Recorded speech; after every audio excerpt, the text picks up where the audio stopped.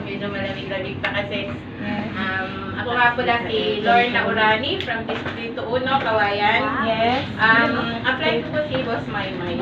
Wow. May nanay naman po si Denise. Ang good news, kagagaling din po namin ng, nakasama po ako ng LC6. Wow. Sa Manila. Congrats. Ayun, yun po yung good news ko. Yes.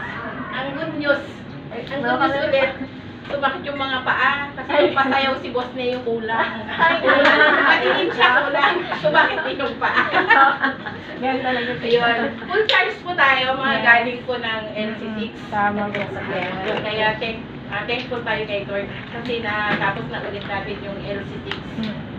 Yes. Ang bad news, yung kapitbahay ko, nire-recruit ako. Ay, Taga SGI daw siya. Sabi ko, ay, ilang years na ba yung company nyo? 2 years daw existing yung company nila. Ay, sabi ko sa amin, 33 years na yung DXN. Pwede nyo pong i-search yung company namin, yung stability ng company namin, sabi ko. Kasi sa amin, ganito, ganyan. Madami na siyang ano. Pero maganda, kasi maganda yung influence ko sa place namin. Kasi nung nakita nila akong alis ng alis, parang mga ano sila, parang kabado sila sa akin. Ba't kaya si Lorna alis ng alis? Sabi niya, naglagay lang siya ng mga tarpaulin sa harap nila, tapos ano naman na ng alis.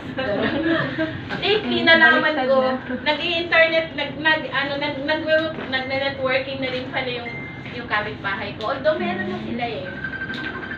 Kumbaga, mayaman na sila dahil marami na silang mga pinapaupahang apartment sa amin. Kilala niyo yung mga taga doon sa akin.